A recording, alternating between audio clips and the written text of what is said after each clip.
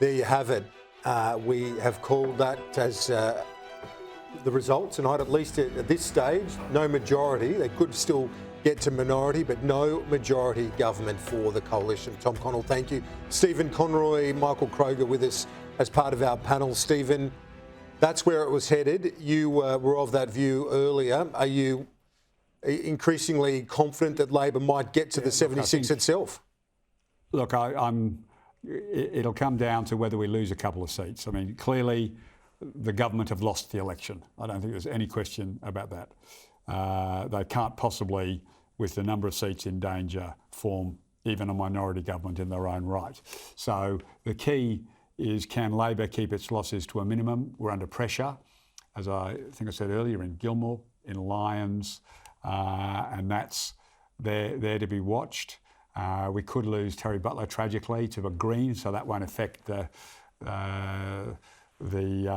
opposition, the government at the moment. But it means that it's a bit harder for Labor to form majority government.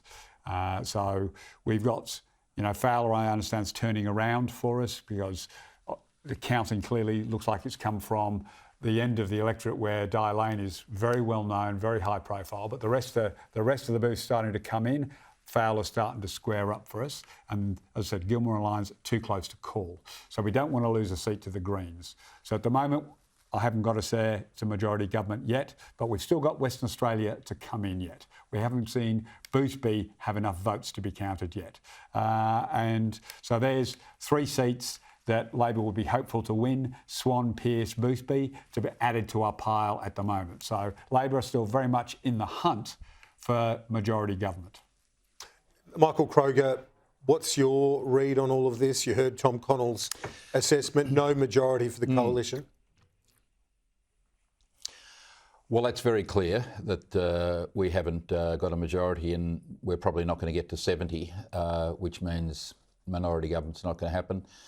The most likely result at the minute is that Labor will get a majority in its own right, tragically, on 30% of the vote. But I take Richo's point that that's the Constitution, although, as McGrath said, it's not a great endorsement, but it is what it is. Democracy is imperfect, but it looks to me like they'll get to 76 because, as Steve said, they've still got Swan, Pearce and Boothby, which are 3 likely gains for Labor to offset any potential losses. So you can see them in front in about 10, if you include those 3, you can see them in front in about 13 seats at the minute.